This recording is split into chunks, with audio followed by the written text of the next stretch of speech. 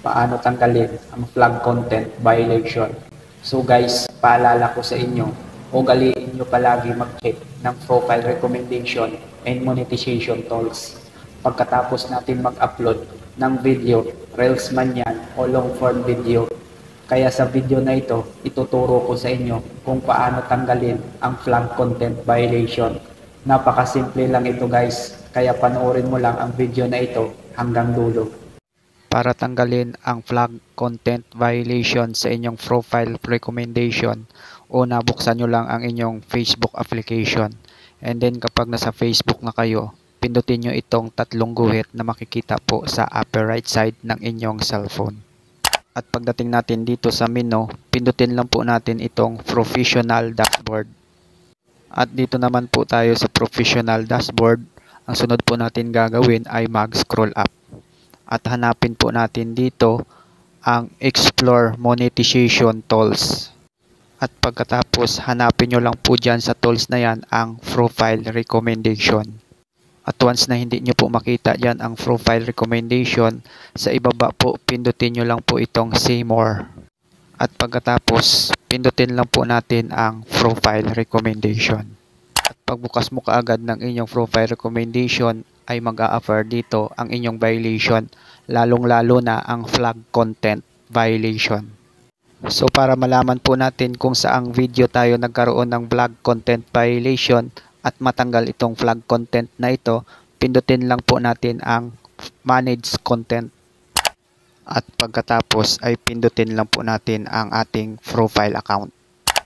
So dito ay pwede nyong basahin kung bakit kayo nagkaroon ng flag content violation at kung anong mga video ang ipinagbabawal para hindi ka magkaroon ng flag content violation. At kung tapos mo nang basahin, ang sunod natin na gagawin ay scroll up ito. At dito mo na malalaman kung anong video ang nagkaroon ng flag content violation.